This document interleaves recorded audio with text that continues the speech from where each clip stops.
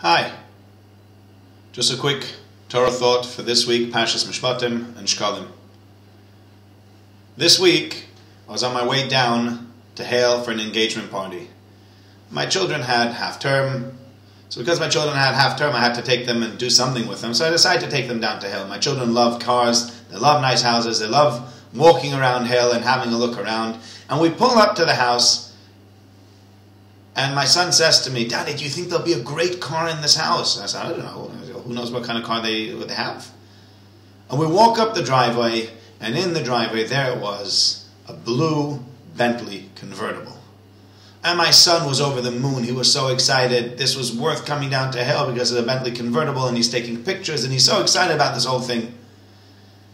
And we were talking to the owner of that Bentley, and at one point or another he looks at my son and he says to him, "Listen, you want this car, you can have it. But if you want the car, you're going to have to take it with all the troubles that come with it." And I thought to myself, that was a very profound statement, and it's really something that the Torah speaks about in this week's Sedra.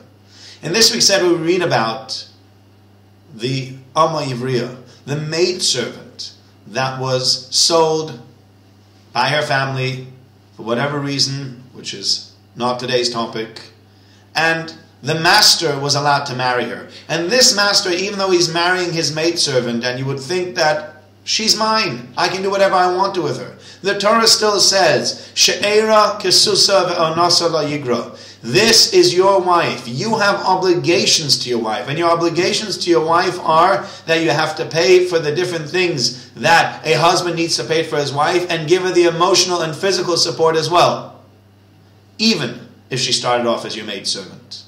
And from this we learn out to the entire Torah that a man owes his wife these three things.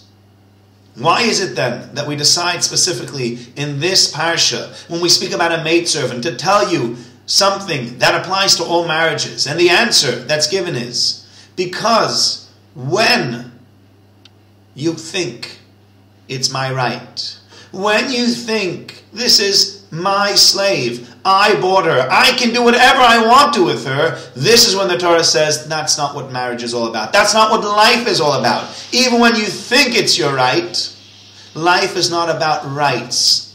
Life is about obligations. And so that in the most extreme case, where you think that this person has no reason to be receiving all these extras, nevertheless, She'era kesusa ve'onasa la yigra, you have to keep your part of the deal.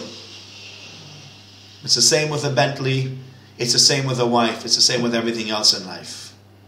In life there are those that will try to take advantage and keep on going on about their rights. And in life there are those people that will look at their obligations and say, I need to do the right thing.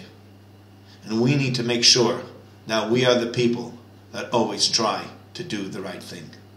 Have a lovely Shabbos.